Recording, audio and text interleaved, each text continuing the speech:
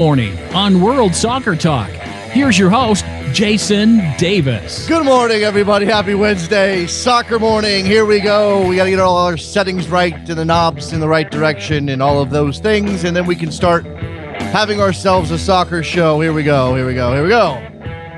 Very happy to have you here on a Wednesday soccer morning. We're going to talk to Ross Dunbar, DW Sports, a gentleman who covers the Bundesliga for a couple of outlets, including Fox Soccer.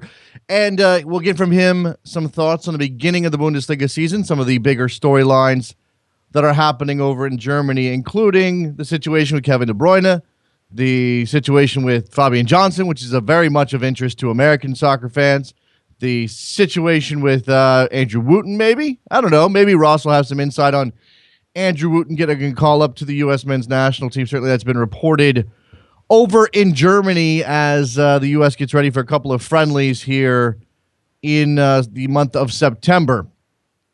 All right, so here we go. We got a big rundown of stories to get to in just a second. Also remind you guys that we are taking phone calls later in the show, so get that ready. 646-832-3909. That's the number, right? Just put it in there, and don't hit send yet. But when we're ready, I'll tell you, and you can hit send. We've got some news on some American topics, certainly, in addition to the usual international roundup. Let's start with the UEFA Champions League. Manchester United comes back from a goal down against Club Brugge at Old Trafford and wins 3-1. Memphis Depay, the star of the show, the signing from the Netherlands and wearing the number 7, makes a big statement in the Manchester United shirt with a couple of goals. And Manchester United takes a big advantage at home against Club Brugge in the first leg of the playoff in the qualifiers there in the UEFA Champions League. Lazio, takes a 1-0 lead in their first leg against Bayer Leverkusen. Maybe talk about Leverkusen's chances of making the group stages with Ross Dunbar as well. Bate 1-0 over Partizan. Sporting Lisbon 2-1 over CSKA Moscow. So you've got a bunch of home winners there. There was, I believe, maybe one more game. What did I miss, Trevor? I definitely missed maybe Astana over Apoel Nicosia. That's a 1-0 winner for Astana. So I believe that's the only game. That's the only game I didn't have there. Arsenal product and U.S. Youth International. Gideon Zelalem, he was going on loan. Going on loan to Rangers in the second division in Scotland. You obviously know Rangers having to try to come back up to the Scottish Premier League after financial problems the last couple of seasons. This will be an opportunity for Zelalem to play. The report from The Guardian is that this is a loan until January with an option to extend it for the full season. It has also been reported as a full season loan, so we shall see. People who are to Canada 2-0, and then drew with El Salvador 3-3 under Caleb Porter, and were unable to get out of the group and make it to the Olympics. This is a targeted tournament for U.S. soccer and Jurgen Klinsmann, so we should expect a very strong group of players called up, depending on how this fits in with international windows and clubs willing to release players. Trevor, there's not an international window at that point, is there? Right there in that October? Because obviously the United States plays Mexico on October 10th, which I'm assuming is in a FIFA window.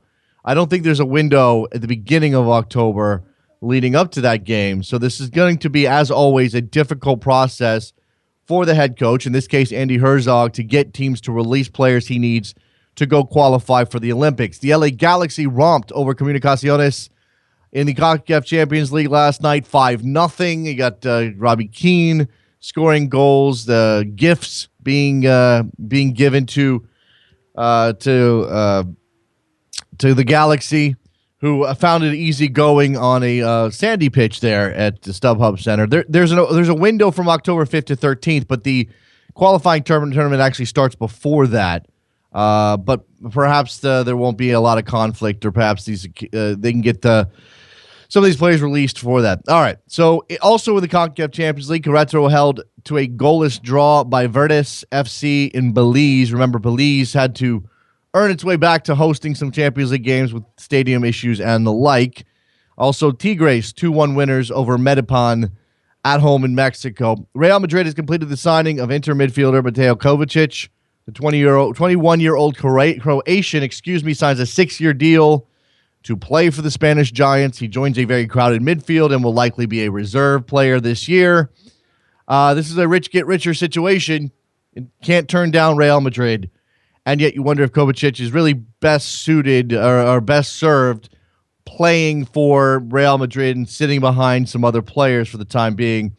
He does have the opportunity to learn behind Luka Modric, his countryman. Chelsea is making a late bid to grab Barcelona winger Pedro. Of course, he has been long linked to Manchester United this summer. I don't know where this stands at the exact moment. You constantly see these headlines that say swooping, hijacking, swooping. But lots of sources indicating that Chelsea is now the front runner as opposed to Manchester United. But it's not necessarily that Manchester United is being beaten to the signature of Pedro, etc. But that Manchester United may have decided they don't want him at this point. Of course, you have some options within the Manchester United team. They've started relatively well, although not necessarily overly convincing in the Barclays Premier League.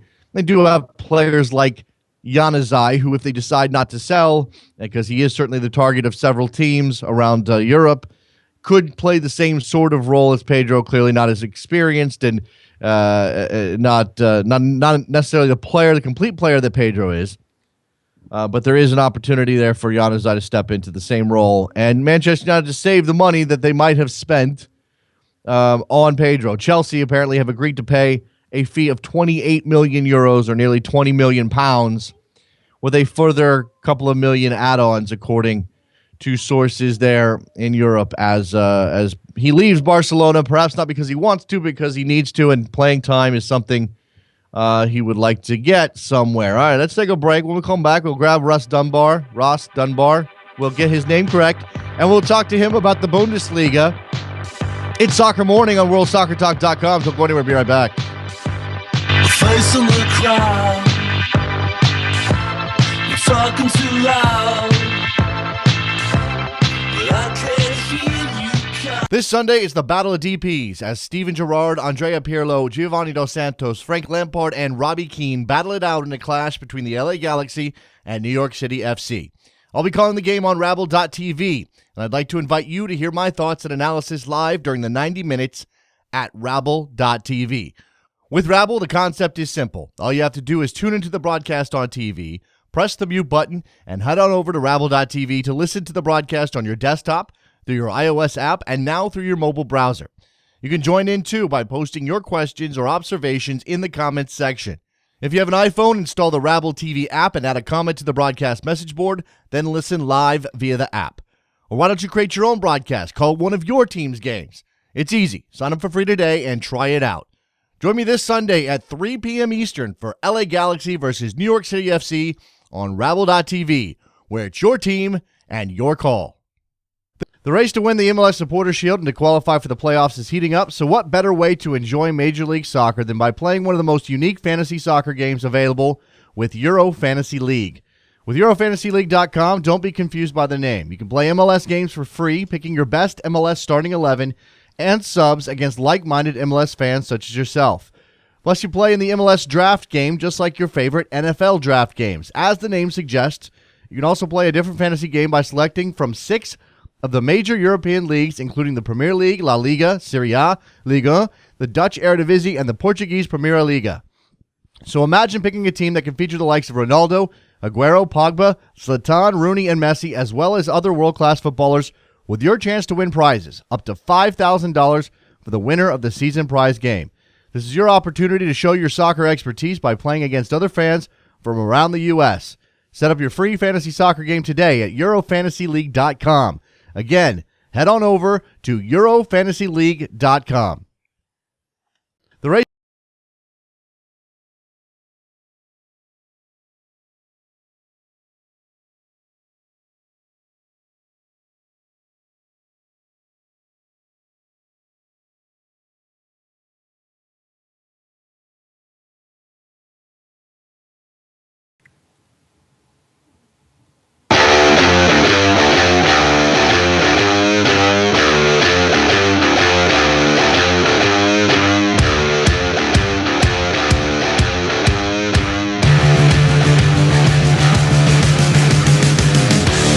Welcome back to Soccer Morning on World Soccer Talk with Jason Davis. All right, here we go. We're going to talk a little Bundesliga.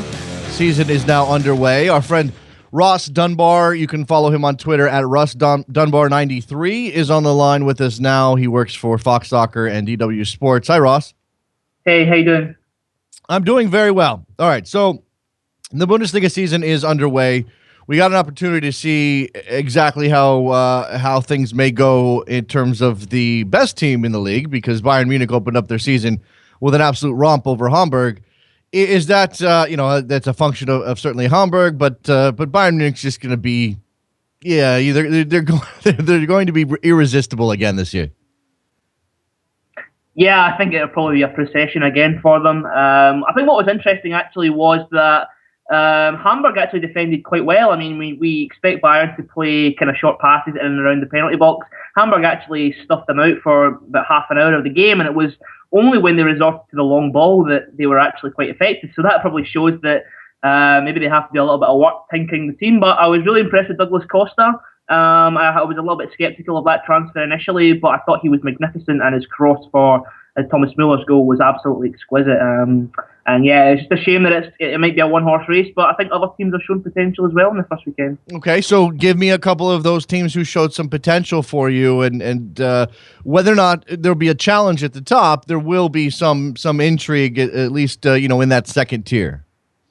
Well, I thought Dortmund were absolutely fantastic. I mean, I must admit, I didn't expect that at all, but the manner of the performance and the I thought that just the preparation of the way they played was really good. I mean, normally last year with Dortmund, they were aggressive and they were quick, and they tried all the ideas that Klopp had done years before. But when they had the ball, they were really wasteful and they were punting the ball long. It was like watching a mid-table English team at times. But with Tuchel, I thought they were excellent on the ball, especially against a team like Gladbach, who let's not forget, even though they lost 4-0, but this is probably one of the best defensive teams in Europe. I mean, this is not a poor side. So if Dortmund, I think, for one, will have a good season. I'm not sure whether they're going to be title challengers, to be honest, but they should be impressive to watch. Leverkusen, very impressive again in the second half on Saturday, I thought. Good squad depth. They've brought in Charles Aranguiz, who's the Chilean national team player, and I think that's a great signing, and potentially they could be the second force this year. Unfortunately, while we're talking about teams who can compete, Wolfsburg were really poor at the weekend, and I think the Kevin De Bruyne saga is really beginning to have a bad effect on the team. Okay, so Wolfsburg won, but maybe not convincing, but they won. You mentioned Dortmund and their convincing win over Gladbach. So give me a sense of whether or not this is an indication that Gladbach's going to take a step back, and then I'll ask you about the American at Gladbach and his injury. Yeah, I mean, I think there are a couple of things with Gladbach. Obviously, they've lost Christoph Kramer, who had a fantastic loan spell there, played in the World Cup final, as we know. He's a massive player for them. They lost him as he went back to Leverkusen. Max Kruse, the striker, went to Wolfsburg. He was very important because of his link-up play. And they've obviously brought in a few players, Lars Stindl and Josip Drmic, and I just don't think either of them are of the same quality. So I think that's going to have a bad effect on their season. Also, the demands of the Champions League, not just the fact that they've got to play weekend fixtures throughout the season, but I think just the intensity of the Champions League and the pressure of a big traditional club like Gladbach being back in the European Cup is a massive thing for them. I would say that they'll probably finish outside of the Champions League positions this year, but it's early days so far. Okay, well, I mean, obviously they had a stellar season last year under Lucien Favre. Is he going to be the guy? You think he's going to stick around for the full season if they have some struggles fighting on multiple fronts? Is he the kind of guy that could either choose to leave or that the club would actually decide to turn over? Well, it's interesting because obviously what's happening at Bayern Munich it certainly might have an effect on that, because from what you read and what you would gather, Lucien Favre is one of the names who potentially domestically could step into that job. I don't know if that's really true or not, but I think there's a sense of realism around Borussia Mönchengladbach. They're not going to fire Lucien Favre, given what he's done for this club. When he took over, they were bottom of the league. This was a team that had Marco Reus, and they could have got relegated, and it's amazing to see them finish fourth, get back into the Champions League. So I think they might have a difficult season, but I think there's a sense of realism there, and I don't think they'll pull the trigger on Favre this season. One of the United States national team's best players is at Gladbach. It's Fabian Johnson. He had a stellar World Cup last year. He's obviously an important player for Jurgen Klinsmann going forward. One of the coups in terms of the dual internationals that Jurgen Klinsmann has brought in. Whether or not he would have ever been a German player, a Germany player, is sort of beyond the point. He certainly helped the U.S. And now he's injured. Comes at a difficult time for the United States as they get ready for a very important game in early October. But what does it mean for Gladbach? Well, I was at the game on Saturday at Dortmund, and to be honest, he wasn't that impressive. But I think that was probably an effect of the team in general. I think as the sort of player that Fabian Johnson is, he needs the kind of room into. He's a really quick player. He can get on the wing, get a couple of crosses in, but he didn't really play to his strengths. He played a lot through the middle. Obviously, he picked up an injury after the game, played full 90 minutes, and is probably going to be out for a few months. That's a disappointment, obviously, for him, because he'll probably miss the Champions League first few match days, which I think if you're a Gladbach player and you've put a lot of effort to get there, that's going to be a massive blow for him. And of course, if he's not available for the US national team, then I think that's a blow for Klinsmann as well. You mentioned, okay, let's talk about Leverkusen, because they lose and then they go into the Champions League qualifying round and they lose on the road, but they lose the first leg of that tie. Are they going to be able to turn that around? I think they've got the quality to do so. I thought last night they were quite good. I thought they created chances. They had a goal chopped off for offside, which has caused a little bit of confusion. But I think overall they genuinely do have the attacking quality to turn that game around next week. I think what would be a concern is someone like Heung-min Son, the South Korean attacking midfielder, who's not been as impressive. And in the two games so far, they've had to rely on substitutes to make the difference. Julian Brandt, 19 years old, is probably one of the brightest talents in German football right now. Certainly one player I think people should keep an eye out for. Admir Mehmedi's come in, the Swiss striker, and he's made a difference as well. So I think it will be tough, certainly against the Lazio team, who stereotypically will be very pragmatic about this sort of game. But I think they may have enough to turn it around, yeah.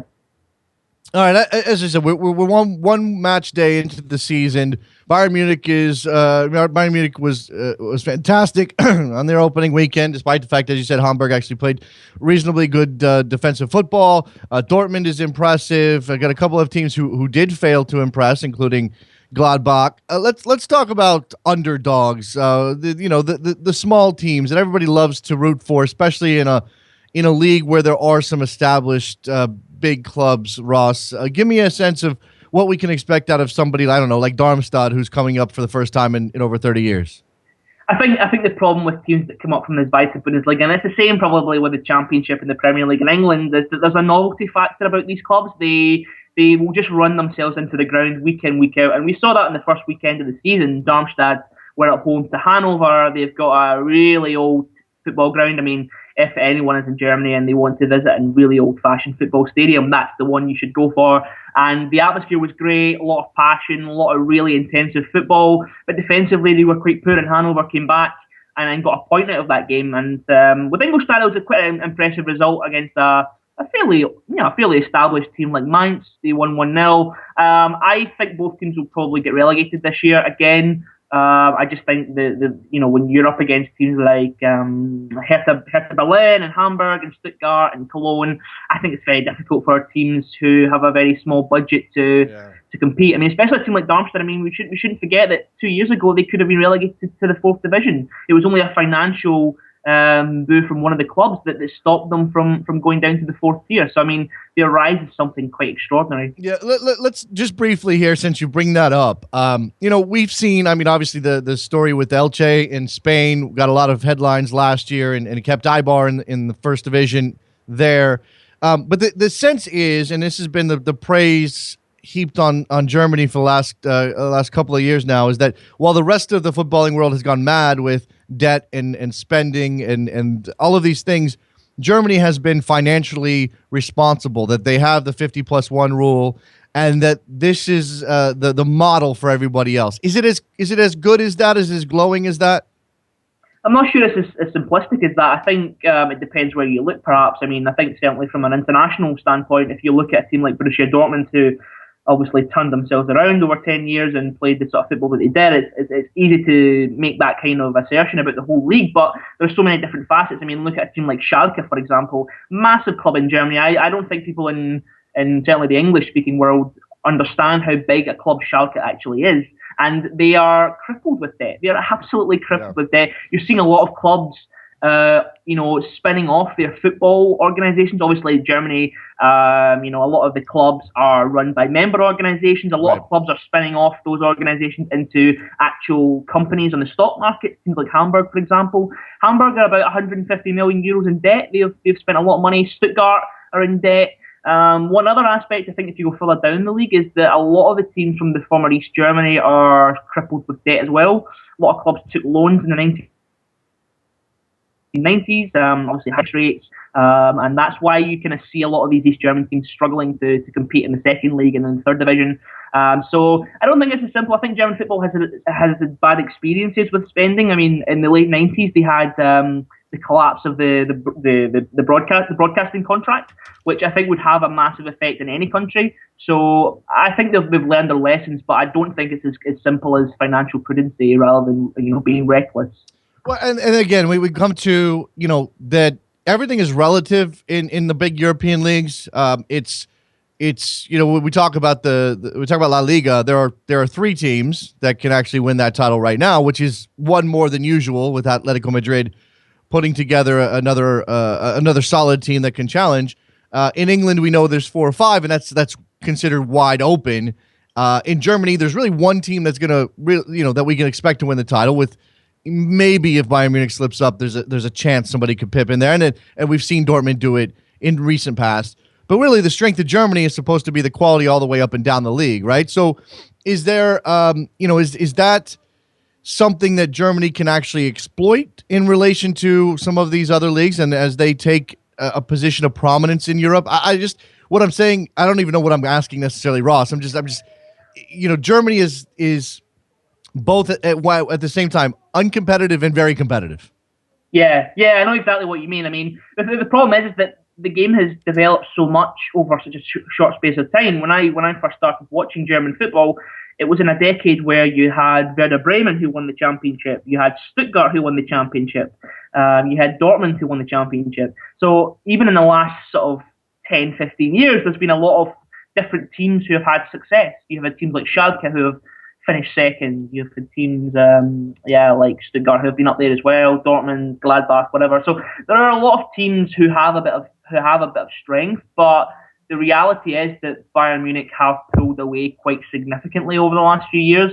I think it's only realistic to say that. I think European football reflects that nowadays, that there are 1 or 2 teams who have that kind of dominance. Unfortunately, I think I remember speaking to one sporting director in Germany, and he said that really the reality is that you expect Bayern Munich to win the league, but if they slip up, then you have to be ready to capitalise on that. And I think that's kind of the reality of the Bundesliga this year. You'd have to see a mighty implosion from Bayern Munich for them not to win the championship. Yes, as we get, it's that, as you said, things have changed. The game has changed. The money at the top level has become so immense. It's almost as if you were, Bayern Munich's always been a massive club, and certainly they were the club positioned best to take advantage of all of the new money that's come into the game, and the exponential growth for those clubs. And in England, it was Manchester United and certainly Chelsea with a big influx, big amount of spending on Abramovich's part. So we've seen sort of these clubs become super clubs over time. But again, we also want to focus on the rest of the league and talk about what it has to offer. I guess as we move forward, and there's a question on Twitter here, which I'm not sure you'll have a lot of insight into, Ross, but there is a notion that Germany has not yet figured out a way, the Bundesliga has not yet figured out a way to exploit the American market, which is bringing a lot of money into the Premier League. And they just re-upped with NBC Sports here for 6 more years, and it's across all their platforms. They're showing every single game, making every game available to American soccer fans. Is there a chance the Bundesliga can do something in that vein? And how do they make their game more popular, especially in the English-speaking world? Yeah, it's a good point, because I think the Premier League has cornered a lot of the kind of globalized world. I mean, if you were trying to break into the Asian market, for example, you probably wouldn't have a chance because the English clubs have got such a stranglehold over that market. I think there is potential for German football to break into the American market, but it depends really what institutions want when they try to break into these markets. Do they want to just make a lot of money, or do they want to actually grow a long-term fan base? Because I think over the short term, the reality is that the German football probably isn't going to make masses of money from American spectators. I don't think that's really going to happen. But you're probably looking at it over maybe a 5 to 10 year kind of period, whether they can actually have a kind of, a genuine committed fan base in the US. Because it's very difficult to make money in the short term from these kind of projects. The Premier League has taken a long time to have that kind of financial boost. So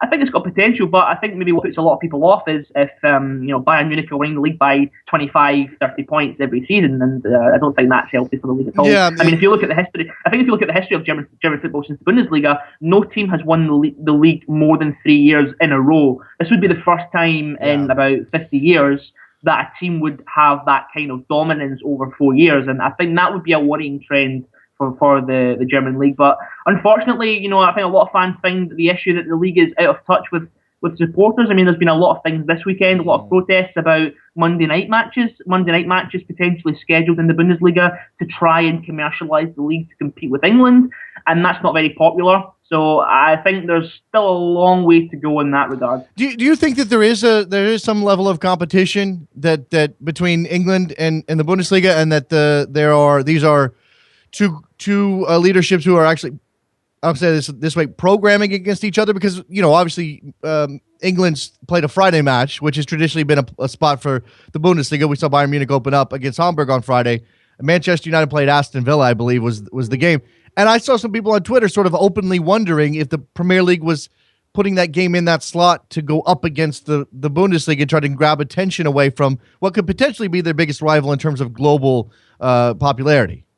Yeah, absolutely. I think if you look at it from either situation, I mean, these are massive capitalist organisations. They want to compete against each other, and when you look at the way that Richard Scudamore has run the Premier League over the last decade or whatever, he's a bit of a no-nonsense character, and if he has to make decisions that maybe are unpopular to get the best out of the Premier League, then he will do that. I think the DFL, the organisation who is in charge of the Bundesliga, has already said that it will make decisions to try and bridge that gap with the Premier League. I mean, unfortunately, I think the reality is that nothing is going to compete with the Premier League right now. It's going to take a long time to build that gap. I read one interesting article last night that compared the English Premier League to the NBA and its dominance, and how it maybe is the European Super League that we all feared. Maybe the English Premier League in itself is actually the European Super League now. I don't know if that's true or not, but right. I think it's going to be difficult for the Bundesliga to bridge that gap whilst not turning off the local supporters, because one of the biggest attractions about German football is the attendances, the atmosphere. I was at the Dortmund game on Saturday, and it was a fantastic atmosphere. The energy inside that stadium was nothing like I had experienced in the UK. So that's a big selling point. But if you run for the money, then you might lose that. Yeah, absolutely. That's the calculus being done by a lot of these leagues as they consider how to be successful while at the same time not necessarily losing their roots. I mean, we've seen Spain playing games now. Look, being up, starting things late is a Spanish tradition, a Spanish cultural thing. But they're playing these games so late because they're trying to maximize the Asian market. That's just very cynical. A very cynical way to run the sport, Ross. But that leads me to the question about the Super League, any conceivable Super League. And maybe this is the wrong way to ask it, and this is really tough, but in the end, would the Bundesliga, maybe not necessarily in terms of its global profile or the popularity of the sport or how much money these clubs could make, but the basic, the purity of the football, would the Bundesliga be better off if Bayern Munich left for some European Super League and everybody else was left to just play for titles within Germany? No, I'm not sure. I don't think it would be. I think actually the Bundesliga has had some benefits of Bayern Munich being so strong in the Champions League. I mean, Bayern Munich have been in 3 Champions League finals in 5 years. Borussia Dortmund have been in the Champions League finals. So actually, it's a bit of a paradox, because actually the Bundesliga needs Bayern Munich to be very strong in Europe. It needs to compete in the latter rounds of the Champions League, but at the same time, it's a catch-22 situation, because if they're so strong in the Champions League, then they win the Bundesliga by 10, 15 points every season. So really what the Bundesliga needs is to encourage teams like Dortmund and Schalke and Gladbach and Wolfsburg, obviously, not a traditional club, but they've got money to actually compete. And I think we've seen that in the past. I mean, it's only been in the last 2 or 3 seasons that that's not really happened. So I'm not sure it would be better off without Bayern Munich. And unfortunately, the European Super League thing is something that is still palpable. You still think that it could happen eventually, but I don't know whether it would be in the interest of Bayern Munich to make that happen. And actually, to be honest, I think you have publicly dismissed that idea. I think it would probably be better for countries that maybe are a bit smaller, like Holland and Scotland and Portugal and all that kind of thing, rather than your top 5 leagues in Europe. Okay, fair enough. Let's go back to Wolfsburg and talk about Kevin De Bruyne, because the twist in this saga, and of course he is a target of Manchester City, and whether or not he leaves, I'm not sure. We'll get to that, but there is this twist in which he was at the Sports Bild Awards and was German not his first language. He was sort of tricked into saying he was going to stay, or tricked into an oath of loyalty. Exactly what happened there? Well, he was collecting his award, and the moderator kind of nudged him towards the issue, and I think he asked. I mean, I remember watching the video. I think he asked maybe 3 or 4 times, and he was getting a bit repetitive. And Kevin De Bruyne came back in his kind of broken German and said that he would play Wolfsburg this season, which is interesting because, to be honest, having interviewed him a few times before, I'm not sure he's bothered whether he plays in England or Germany. I don't think it's a massive issue to him personally. I think what would be the stumbling block is whether Wolfsburg want to sell him, because this is a club that's bankrolled by Volkswagen. It doesn't matter whether Man City offer 60 million or 70 million. They don't need to sell him, and if they do sell him, they're essentially surrendering second place, because as we saw at the weekend, this is a team that really functions with a player of that star quality, and if he's not there, then I don't think they're of the same quality going into the Champions League either. It's interesting. That's certainly one of the factors here. I find it fascinating that this is a player who, was with an English club, and I guess the general belief is that he didn't get a fair shake at Chelsea, and that's why it's okay for him to go back to the Premier League, and he'll find. I know he's improved as a player. Don't get me wrong. I know he's one of the best players in the Bundesliga last year, so that certainly speaks to his quality. But I don't know how many players like him would get this early in their career would get another opportunity to go back to England, and especially considering the fee involved is going to be significant. Yeah. I think that's the thing with going to Chelsea, is that we see this with so many players that they go to Chelsea thinking, okay, I'm going to break into Mourinho's first team, but that's really difficult. I mean, Mourinho rarely goes away from his regular 15, 16 players. He's not going to. You see with Mohamed Salah, for example, and Cuadrado, and all these players who've gone to Chelsea, that they find the same problems as De Bruyne, and people accuse him of not working hard enough. To be honest, my impressions of him are that he's very hardworking. I think he's very determined. I think he's got that little bit of aggression on the pitch, and you see that. But yeah, you're right. I mean, he's definitely improved since he came to Germany. He had a fantastic loan spell at Werder Bremen. That was really the first time that we saw him play competitive football in one of the top leagues.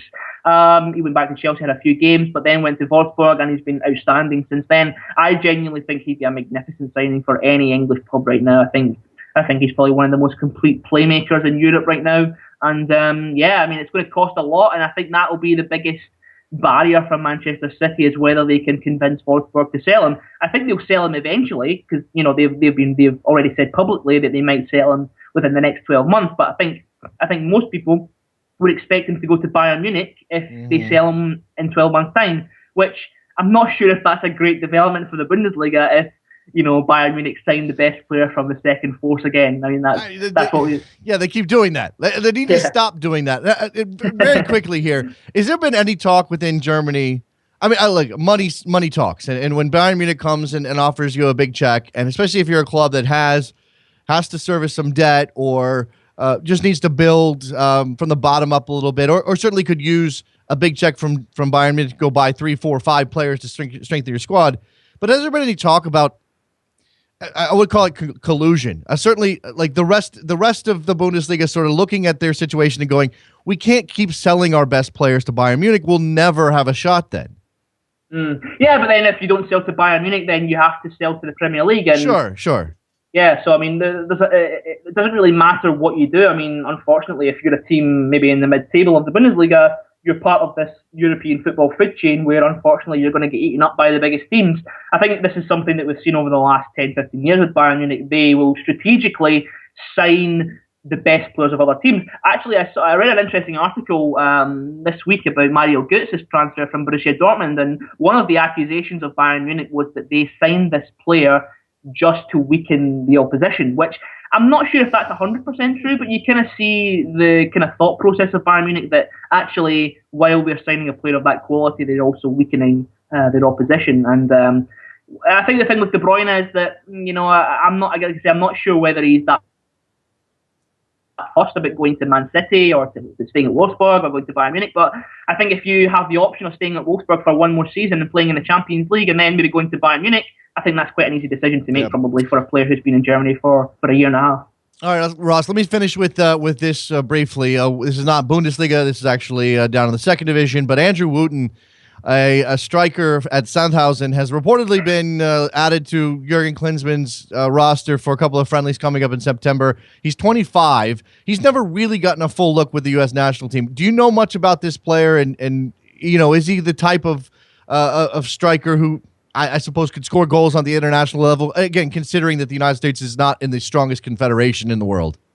Yeah, well, Sandhausen are absolutely banging them in the moment in the second division. It's quite hilarious to watch. I mean, they thrashed Paderborn 6-0 at the weekend. I mean, Paderborn were the team who got relegated last season, so I mean that's quite an extraordinary result. And Sandhausen, if they got promoted, would be much smaller than Paderborn, much smaller than Darmstadt. It would be something quite ridiculous.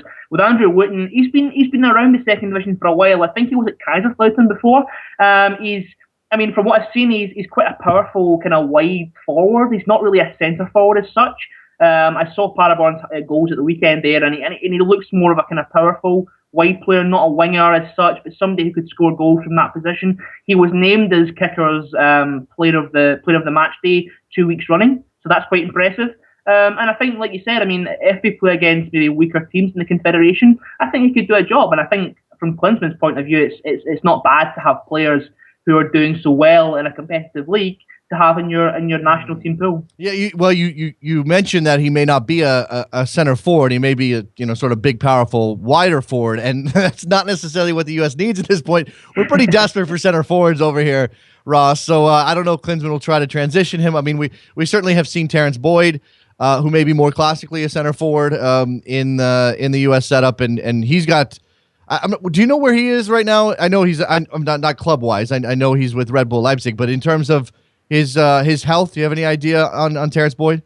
I'm not sure about his current health, but he hasn't been playing. I mean, they've signed a lot of expensive strikers, and I think they've got 5 or 6 other options than Terrence Boyd. So I think he's got a little bit to go yet. By the way, what happens if Leipzig goes all the way up and makes the Bundesliga next year? Is there a protest? What happens? I think we can all cry. Yeah. Okay. Yeah, I think the problem is that you've seen even in the second division, a lot of these traditional clubs with really aggressive supporters have actually tried to attack the team hotel, attack the team bus, all that kind of thing. I think that would intensify a lot if they got promoted, and that's not really a good thing for the Bundesliga. Well, you actually reminded me that there was a bus shot. Whose bus was it? Hertha Berlin's bus was shot at before a cup match. What was the situation there? And I mean that's not the kind of thing I associate. I mean, look, there are certainly very passionate fans in Germany, and they're as likely to go overboard as anybody. But that's not something I would associate with Germany normally. No, I've not seen any kind of fallout from that story. I just remember seeing it last week, 2 weeks ago in the cup weekend, and I can't remember who they were playing necessarily, but the team bus was shot at, and it's the sort of thing you would associate maybe with Turkish football or something like that, but not really in Germany. And I think what you're seeing is there is a kind of fan problem there. I mean, you see a lot of fan groups that are quite militant in their approach. Even the bigger clubs have this problem as well, and I don't think it's a positive development, but it's something that the authorities will find very difficult to contain. They were on their way to a first round tie with Arminia Bielefeld. I can't pronounce German, so there you go. Maybe one day in the future, Ross, and I'll see if Trevor can book this. We'll have you back, and we'll have a discussion about the political situation in Europe and how it impacts German football, because that's something I'm always interested in. We've seen some of these far right groups attach themselves to the game, and that's certainly not something anybody wants to see. Ross Dunbar, Fox Soccer, DW Sports. Follow him on Twitter at RussDunbar93. Ross, appreciate the time and the insight. Fantastic. Thank you very much. No bother. Thanks for having me again. All right, now let's take a break. When we come back, we'll open the phone lines to talk to you. On a Wednesday, a couple of interesting items in the news at Soccer Morning, WorldSoccerTalk.com. Be right back.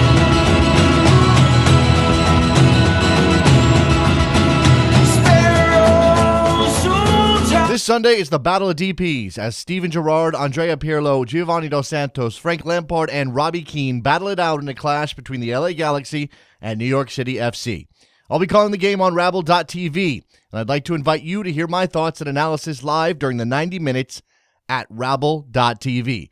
With Rabble, the concept is simple. All you have to do is tune into the broadcast on TV, press the mute button, and head on over to Rabble.tv to listen to the broadcast on your desktop, through your iOS app, and now through your mobile browser.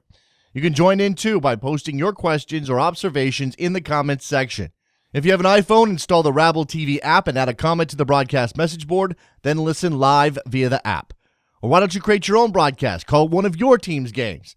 It's easy. Sign up for free today and try it out.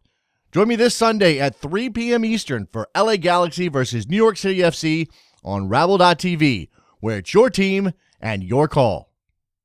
The race to win the MLS Supporters Shield and to qualify for the playoffs is heating up, so what better way to enjoy Major League Soccer than by playing one of the most unique fantasy soccer games available with Euro Fantasy League. With EuroFantasyLeague.com, don't be confused by the name. You can play MLS games for free, picking your best MLS starting 11 and subs against like-minded MLS fans such as yourself. Plus, you play in the MLS draft game just like your favorite NFL draft games. As the name suggests, you can also play a different fantasy game by selecting from 6 of the major European leagues, including the Premier League, La Liga, Serie A, Ligue 1, the Dutch Eredivisie, and the Portuguese Primeira Liga. So imagine picking a team that can feature the likes of Ronaldo, Aguero, Pogba, Zlatan, Rooney, and Messi, as well as other world-class footballers, with your chance to win prizes, up to $5,000 for the winner of the season prize game. This is your opportunity to show your soccer expertise by playing against other fans from around the U.S. Set up your free fantasy soccer game today at EuroFantasyLeague.com. Again, head on over to EuroFantasyLeague.com.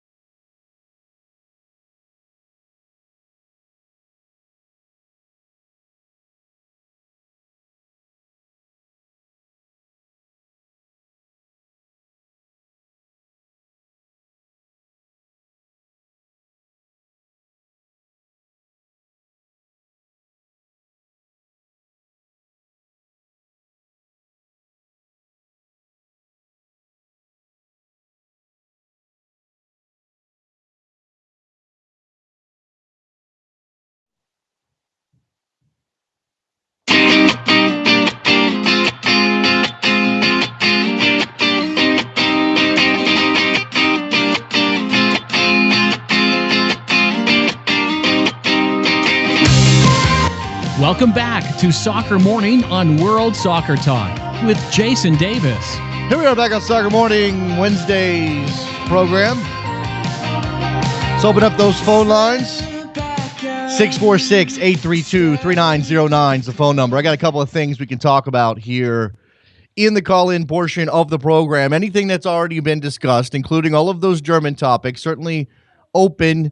Here you go. Fabian Johnson missed some time. That's a big blow to Gladbach, but certainly a big blow to the U.S. men's national team as well. We've also got the Champions League, which is underway. It's Champions League-like stuff, not exactly the group stages, but it's still something. Gideon Zelalem. Now, this is the update. I did the news at 9:05 that Gideon Zelalem had decided, there had been a loan agreed with Rangers in Scotland. But I'm now seeing that there is actually a report out there. Several other teams are interested, and that it may not be Rangers in the end. Rangers face anxious wait over Arsenal kid Gideon Zelalem as trio of English sides way up move for Ibrox target. That's the headline of the Daily Record. Quite the headline. The teams reportedly interested in Zelalem include Fulham, Charlton, and Birmingham City. I think I would be better with a English championship move than a Scottish championship move for a couple of reasons. I have a better league, first of all, and that's better competition. Now, again, all of this, caveat, he's got to play. He's got to play. And as I said, if he ends up at Rangers, there are people saying that even if they've got even if they got a pretty good midfield there, they are the second division, he would get 30 starts, 40 starts. Maybe not that many, but 30 at least. If he goes to Fulham, Charlton, or Birmingham City, would he get starts? Would he get a lot of playing time? Is that something we can imagine right now? I just read a piece over at Top Door Soccer yesterday, sort of asking questions about Emerson Hyndman's situation at Fulham, as he has turned down contract extension after contract extension. Does not seem to be in their plans, despite the manager's plans, despite the fact that they have offered him a new contract, and he may be on his way out. And I'm not saying that there's a connection between Hyndman and Zelalem, but if Hyndman, who played pretty well to start the championship campaign last year, can't get back into that team and start, are we positive that Zelalem would step into a team like Fulham and get a lot of playing time? I don't know. Let's go to Rich in Philly. What's up, Rich? Hey, Jason, how you doing? Doing well. What's on your mind today? I was on Twitter this morning, and there was a post that came up of Forbes, most lucrative MLS teams. And yes. And it reminded me of an article I read yesterday on about MLS ownership most fans hate it. Like, because so we hate our ownership, and I know Colorado says they're hating their ownership, and I read yesterday that the Fire fans are having a protest this Saturday about their ownership. And always like the same thing every time. I was like, why do these owners pay money, or do they have money, or they refuse to pay higher money salaries? And I think the reason why they don't do it is because they were told they don't have to. They were told when they bought an MLS team, they were told by MLS, you can own a pro sports franchise. You don't have to pay that much money, or you could have a salary. Your whole play salary could be like $2 million, and all you need to do is find some combination of players to work, and you win a championship out of it. So they were told they didn't have to spend money. Well, it's like, look, come on, Rich. It's like anything else. Yes, okay, there was sort of this buy-in element to MLS. You buy in, and then you do what you want. I mean, this is true with any other sports league. Let's not paint MLS as overly different. I know single entity gives it a different kind of flavor, but there are plenty of leagues where owners buy teams and then do nothing, and then sit on their hands, and then refuse to spend money. And, maybe they're waiting for the value of the franchise to go up based on the overall success of the league. Maybe they're waiting to be pulled up in terms of value by everybody else, and then they'll sell and get out and make some cash. Or maybe they're just like owning a franchise but don't necessarily want to spend money. I mean, I think that you've got a situation where there are bad owners in every league. And I don't know that we want to paint MLS as any different than any other league. Incompetence and poor management is not necessarily tied to a single entity structure, Rich. Yeah, that was I was thinking like maybe that's why a lot of players teams like Seattle and LA, they're spending the money. Then you have like my team in Philly and Chicago and Colorado. They don't have to, and they wouldn't. And I was thinking more of the single entity is that they were told You can own a sports franchise. You don't have to pay much money on it. Okay, but you don't really have to do much. But what you're saying is that they were promised an opportunity to go win a title despite the fact they're not spending money. Is that what you're saying? Yeah, it wouldn't be like other sports where you had to pay the high salaries of players. Because it always goes back to who's the teams that in MLS that seem to win the leagues. It's the teams that don't have the big DPs. You know, one of the selling outside of LA, of course. One of the selling points for MLS, and one of the things that has allowed it to grow as fast as it has, is that it is one of the less expensive ways to buy into pro sports. I mean, Anthony Precourt wasn't going to be buying an NBA franchise or a Major League Baseball franchise, but he had enough money to buy an MLS franchise. Yeah, this is the bargain bin of sports teams in America. I mean, that's just the way it is. I mean, the highest value team in the league. I'm looking at the list that you were just talking about that Sean Francis shared on Twitter. It's coming from the Forbes list, which I guess we're going to get later. But the highest value team in MLS is the Seattle Sounders at $245 million. That is one quarter of what an NBA team goes for these days. I mean, an NBA team can go for maybe overvalued, I don't know, but an NBA team can go for $1 billion in this day and age. That tells you where MLS sits in relation to the other sports teams in this country, and it's a different level of owner. I mean, okay, maybe Phil Anschutz has enough money to buy and sell everybody in the NFL, mostly. Maybe a couple other guys have that kind of cash, but for the most part, these guys are, they're groups like what's going on in Kansas City. It's Merritt Paulson, who's a rich guy but not a super wealthy guy. It's Jay Sugarman, who was doing well, then the market hit him hard, and now he doesn't have the money necessarily to compete with a Seattle or an LA. And again, I don't know that that's intrinsically a bad thing, but maybe it is. Maybe the growth of MLS will be stunted by the fact that we have these owners who are, again, they're not the upper echelon of wealthy sports team owners in this country. Maybe you're right about the spending as well. Go ahead. I'm sorry. No, what about guys like New England? You have Robert Kraft. He owns the Patriots. He's willing to give money for the Patriots, but it doesn't seem this window to do anything for the Revs. Yeah, it's a good point. Or go ahead. I'm sorry. No, you're right. I mean, there are certainly some owners who have chosen, despite the fact they have the wherewithal, not to spend. And that makes them look bad. It makes the league look bad, and it pisses off the fans. And as you said, there are ways that MLS gets around some of these issues by creating an environment with parity and a low salary cap and playoffs that allow teams like New England, despite the fact they're not going to spend on the level of the biggest teams or the biggest spenders, to be competitive and go to an MLS Cup final and maybe have a trophy in their case. Yeah, and that's a selling. That's a selling point for a lot of guys. Go ahead. I'm sorry. I keep going up to you. My bad. No, it's all right. It's all right. Go ahead.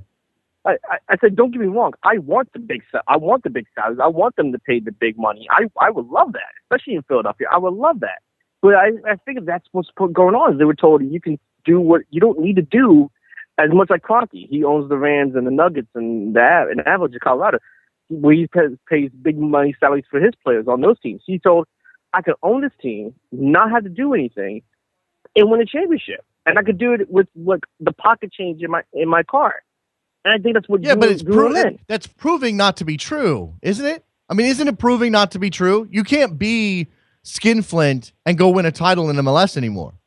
You can't operate. I mean, the last team to operate on what I would call a budget to win a title is the Rapids. And that was a long time. That seems like a long time ago. Maybe it's not, but it seems like a long time ago. Since then, we've had Galaxy, Sporting Kansas City, who, maybe not the top spenders in the league, but they're certainly not sitting around counting their pennies. I think this is a league that maybe is changing, and that's why Rapid fans are pissed off, because Kroenke hasn't put in the effort and spent the money. And they are, and why Chicago Fire fans are pissed off, that even though Hopman's shown some signs of life with Jermaine Jones and Didier Drogba, they're still failing to bring in the type of talent necessary to win in this league. I don't know. It's tough, man. It is. It's tough. Thanks for the call. I appreciate it, Rich. No problem. Thanks. There's Rich. I mean, no conclusions drawn, but yeah, there's some element of it. It's, by the way, the list, and we'll get to Landon here in a second, who wants to talk about Bill Manning leaving Real Salt Lake. This list, it goes in order of the most valuable MLS teams. The Sounders, $245, the Galaxy, $212. These are in millions of dollars.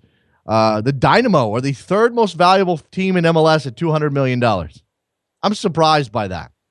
Portland 185, Toronto 175, Chicago 160. At the bottom, there's a bunch of teams in the middle, obviously. At the bottom, the Colorado Rapids, $105 million. And just above them, Real Salt Lake at $108 million. And I think there's a couple of reasons for that. Number one, they are in a very small market when compared to the rest of the league. And number two, their revenues are small, and that may be because they're in a small market. The revenues actually mentioned here by Forbes. And Real Salt Lake has the third lowest revenue in all of MLS, ahead of only Colorado and San Jose. What's up, Landon? Hey, Jason. Yeah, first off, just want to give just kind of correction to what you just said there. You said the last team to win MLS Cup on a budget was Colorado. Based on those numbers you just said, it definitely wasn't Colorado. It was us. When did Colorado win their title? Oh, 2000. I don't know, to be honest with you. Well, that's why I said the last one, because you guys won in 2009. I'm pretty sure Colorado. Oh, yeah. I'm pretty sure Colorado They won 2010, 2011. 10? 2011. 10, I think it was 10, you're right. There you go. Yeah, I got this mixed up. You're right. I win. Yeah. Yeah.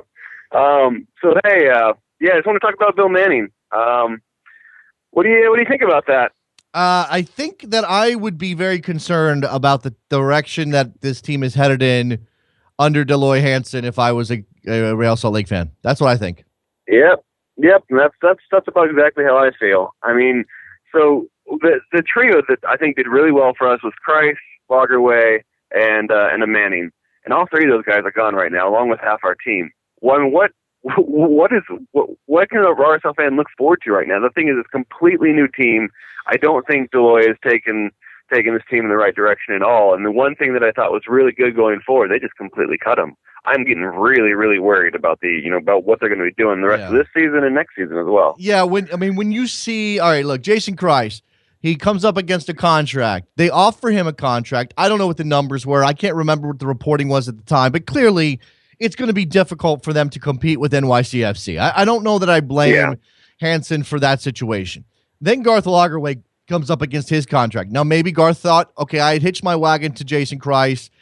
He's gone. I really don't have a whole lot of reason to stay. I have an opportunity to go play to go work for a team that's got a lot more resources than RSL. And look, again, that's not necessarily Hansen's fault. The fact that RSL is in a metropolitan area of 1 million people, and that's small compared to everybody else, and that means your revenue can't match what some of these other clubs are getting.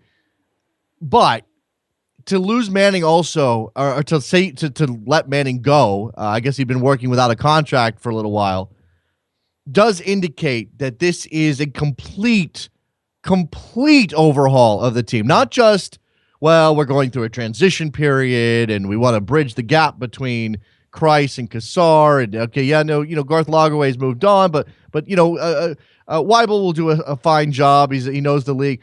We're talking about complete turnover, and that means that your identity of what makes RSL has kind of started to fade. I think. Do you feel that? I mean, exactly. You still got Beckerman and Morales and some of these other guys, Beltran, but you've seen Grabavoy leave. You've seen, you've seen some players leave that were crucial to those. And look, age is a thing that happens. You can't really blame them necessarily for cutting ties for a player if he's older and costs too much against the cap. But what made me fall in love with RSL just as a neutral is kind of all gone. Mm-hmm. No, it's interesting because my wife and I are talking now because our season tickets are coming up for renewal, and we've been season ticket holders for 3 years now. And we became season ticket holders because we loved it. I mean, the team was amazing. Everyone was doing really well. Well, this year, they upped our season tickets by 40%. And then on top of that, the team is not at all the same that it was when we first started. Completely different team, completely different front office, not playing really well. Yeah, like you said, there's like 5 or 6 players, Beckham and Raimondo, who are still on it. But it's a completely different team right now. And we're kind of sitting back saying, hey, is this worth doing it another year, or we just want to catch a game once in a while and watch from home? Because I'm still pretty mad at the front office for jacking those prices up so much when the team definitely did not get 40% better. Well, but it's okay. There's some realities when it comes to ticket prices. Look, I know there's I know there's sticker there totally shock. Yeah. I know there's sticker shock, but sometimes those things are actually justified. Sometimes MLS teams have artificially depressed ticket prices to get people in the door, and yeah, maybe it's not cool to spring it on you, but from year to year that your ticket prices are likely to go up on some level. Oh yeah, no, I get that. And I get up on some level. I'm talking 10 to 15. When it was 40% was a huge hit, and we called into the front office and said, hey, I mean, this is huge. What's the reason on this? Is it cost? And their big thing they said was demand. They said the number one reason we're pushing up is because people want to buy the tickets so well, which makes sense because they were selling out left and right last season. Yeah. This season they're not doing near as well filling that stadium. It's been a little bit since we've had a sellout crowd. I mean, it's not doing really well. People are leaving early at the games.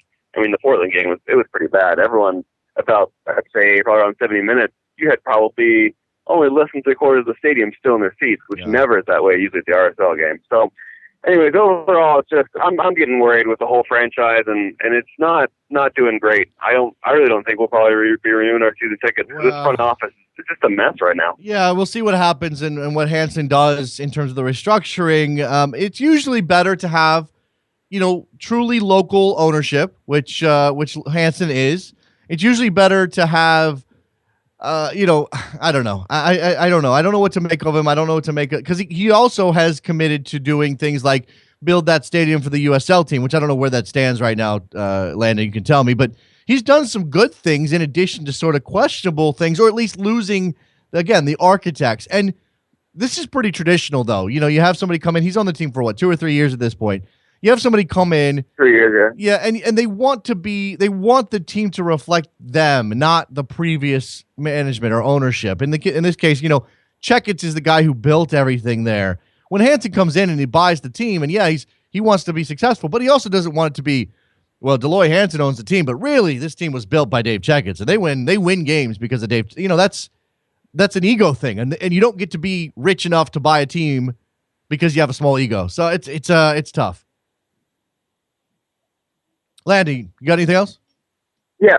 It's yeah. No, I mean, I get it. I get that sentiment, but at the same time, as the team he bought was winning titles. Yeah, no, the team he has now is not. They won one. They went to a Champions League final. Go ahead. They made it decent into the playoffs last year. I mean, they've done pretty well. So I don't know. I get that sentiment, but at the same time, it seems like they're shooting itself in the foot. By the way, that USL stadium, that one is it's going forward. It's being built in West Valley, which wasn't where they wanted it originally, but it's not a bad place. Okay. They're still moving forward with that, so he's having some impact on there. Yeah. And I know he's talking a lot about bringing the women's team in right now as well, the NWSL. Okay. They've been talking about that for a while as well. Okay. So he's looking to make some changes, kind of put his stamp on things, which is great. But when you kind of start killing off your cash cow, it doesn't look great. We'll see. Yeah, we'll see what happens. Thanks for calling, Landon. RSL definitely a team in transition, an organization in transition. Bill Manning, president of the club, has now moved on, and they're redoing everything. Bill in Rockland County, you're on the air. What's up? Jason, how's it going? No rant today. Too much on Monday. I got a question for you, though. Okay. Zelalem to Rangers. Yeah. Do you think MLS dropped the ball a couple of weeks ago if this guy goes to Rangers? What, are you saying that MLS should have been chasing to bring him here? Oh, if he can play in Rangers, I think any team in the MLS. Well, sure, but there are other considerations, Bill. I mean, let's remember that the MLS schedule doesn't line up with the rest of with Europe. Let's remember that London to Glasgow is a short little flight. Coming across an ocean is something much different. When you loan a player, you lose control. Now, you're supposed to get some promises. You're supposed to have some idea of how much they'll play. Otherwise, why you're loaning them? But I think that Zelalem is probably best served to stay in that general area.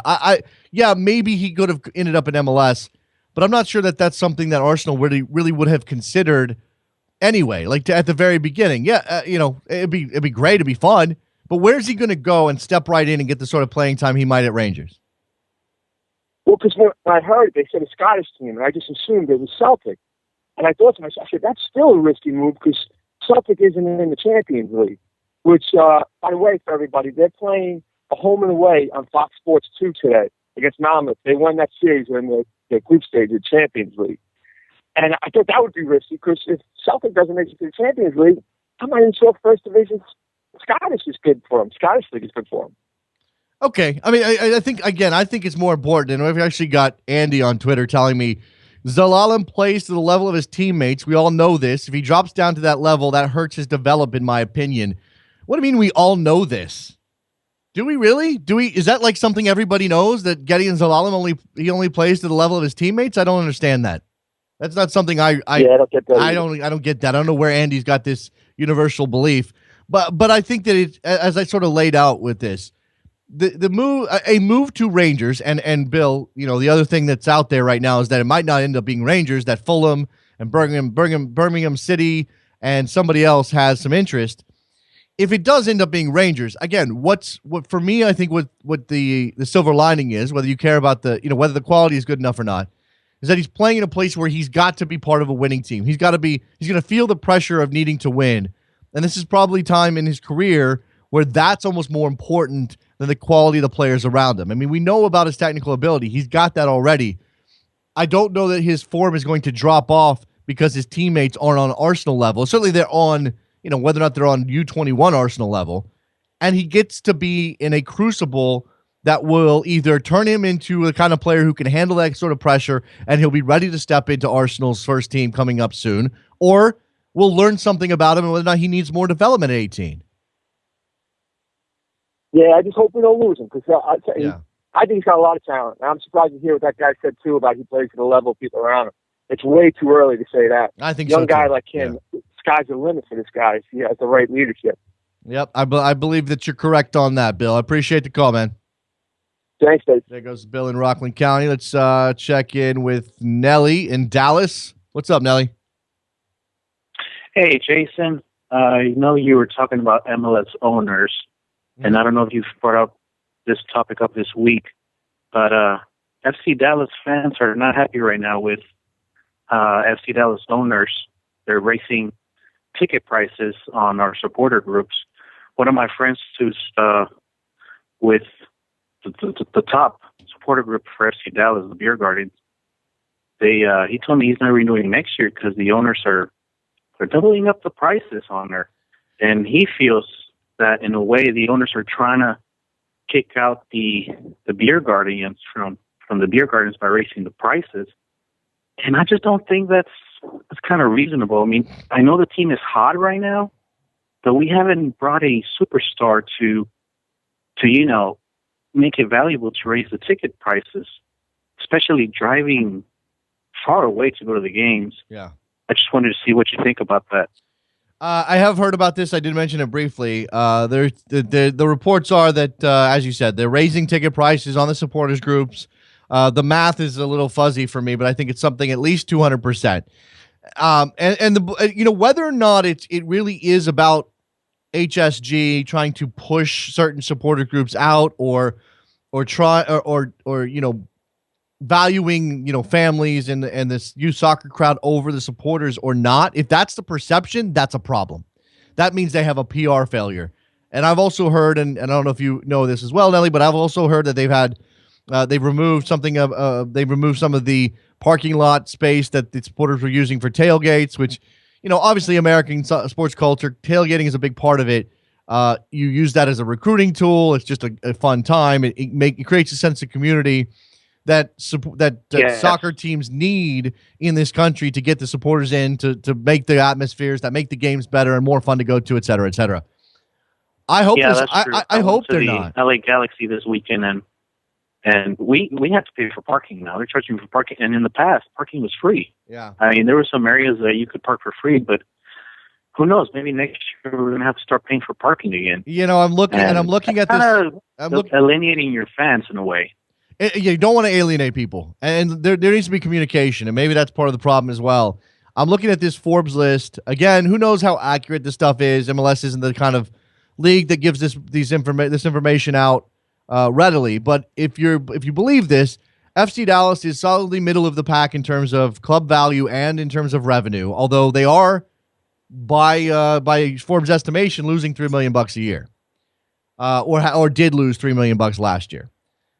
that may be the reason this stuff is happening. There may be a reckoning happening inside the halls of Fun Sports Group, and they're looking at their bottom line. They're saying, we can't afford to lose money anymore. Let's, it's either cut a lot of places or do things like raise ticket prices and start charging for parking. Although I've also heard there are rumors that there's going to be some sort of stadium construction project or upgrade or something coming to Toyota Field. So I don't know what's going on in Dallas. And if we can find somebody to give me real insight, I would love to get it, Nelly. Yeah, I have heard in the past that they want to put a roof in the stadium, which would make that place a billion times better. Upgrades on that. If they actually did that, it would make that place 1,000 times better in terms of just not only because of the heat and the sun in Dallas and Frisco, but also because it would start to hold in some of the noise and give that place a real, actual closed-in, atmosphere, a sense that it is a stadium with, with the opportunity to make noise and be a home field advantage for FC Dallas. Yeah, I think the first problem was building the stadium in Frisco, and I know I've talked about that before, but the driving distance, the traffic in the Metroplex, even this weekend, the city of Frisco does not know how to handle the traffic coming out of the stadium. This past weekend, LA Galaxy came in. It was sold out, a lot of cars. It took me almost an hour to get out of Frisco. Wow. And I don't think the city could have handled the traffic, where if you go to Arlington for Cowboys and Texas Rangers games, the police are there to handle the traffic well. And in Frisco, you can't. And for me, that has to drive almost 2 hours to go to an FC Dallas game. That kind of affects me being a season ticket holder, when before in the past I lived in Dallas, I could go because Frisco was closer. But if they were in Arlington or Dallas, or, the original plan was to build a stadium in South Dallas. Mm-hmm. But I think the city of Dallas didn't want it. And they went to Frisco, and they couldn't get any fans. And if they were raising the ticket prices because they signed a superstar, like Michael Essien was in the talks last year, they were talking to Drogba, I would understand. But just raising the tickets prices because the team is hot and, we need money. Well, I guess we're going to have to sell Fabian Castillo if I want my ticket cheaper. Yeah, I guess so. It's a difficult thing. And Rich, thanks for the call, Nelly. I appreciate it, man. There's Rich on Twitter's got, I'm assuming his tongue is in his cheek a little bit. MLS owners, public enemies number one. It's a fine line between calling for change and protesting against ownership and railing against the ineffectiveness of the ownership and their unwillingness to spend money to compete, et cetera, all these things. And the fact that they are, if it's not for these owners, there is no league. If there's not for these owners, there are no teams. Fans have, we're talking about sports teams, and sports teams at some level are part of the public trust, in addition to being wholly owned assets of rich guy number one, rich guy number two. And that's a very difficult sort of balancing act for the owners and for the fans to try to reconcile the fact that, yes, he owns the team. He can do what he wants. He can charge what he wants. He can pay for the players what he wants within certain rules. And this belongs to us, and we have a right to be upset if you are charging us too much money to come out, and it means I can't see my team, or you're not spending enough money to be competitive on the field. I don't know where that balance is. I think it's individual to each team. And clearly when you have a record of failure, like in Chicago, and there becomes there is an anti-ownership movement there, you can justify that. You can understand that. When you see what happens in Philadelphia and some of the protesting against Sikevich and the ownership group in Philadelphia, you can sort of understand that. They are not meeting the standard that would come from the fact that they are this well-supported team. They should have been able to make something out of this. They've got this nice stadium. Again, are these owners failing in the sense that they are not doing what they're supposed to? They're not doing what they owe the fans, or are they exercising their right to do nothing because they're owners and that's their team? I mean, we're out of the era of clubs. We never had that here in the U.S., but certainly in soccer. We're out of the era of clubs that are then collective, part of the collective in the community, to the point where it ultimately comes down to the community choosing how things go. I mean, we've seen the efforts of My FC and Nashville FC and some of these teams that are trying to be crowdsourced. But that doesn't always work either. You got to have somebody making decisions. It's just it's very difficult. All right, let's wrap up this edition of Soccer Morning on a Wednesday. Thanks to Ross Dunbar for stepping in and having a conversation with us about Bundesliga. Make sure you're checking out the Bundesliga on Fox. Only helps that only helps that we get more and more soccer in this country, certainly of top quality, and Bundesliga is that. All right, are we done? We're done. All right, go to backheel.com/store. Not only do we have these lovely mugs that have the Soccer Morning logo on it, we also have some pretty cool T-shirts. Trevor just put together a brand new Poku T-shirt that you absolutely must get your hands on. Go check it out, backheel.com/store. Make sure you're subscribing to the show as well. iTunes is the best place to do that. Am I missing anything? Should I be plugging something else? I feel like I'm missing something. No? Yes? Maybe? All right, whatever. We're out of here. Thanks again for listening, guys. We'll talk to you on Thursday. Oh, yeah. New videos on the YouTube channel. Go subscribe. Soccer Morning on YouTube. And send us your best soccer show logos. Bye.